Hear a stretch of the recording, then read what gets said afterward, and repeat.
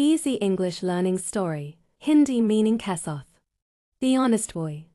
One day, a poor boy was walking on the road. He was very hungry and tired. The boy saw a small shop near the road. He went to the shop and asked for some food. The shopkeeper was a kind man. He gave the boy some bread and water. The boy said, "Thank you." He sat under a tree and started eating. After eating, he saw a wallet on the ground. The wallet was black and old. The boy opened the wallet and saw some money. He thought, "I am poor, but this money is not mine."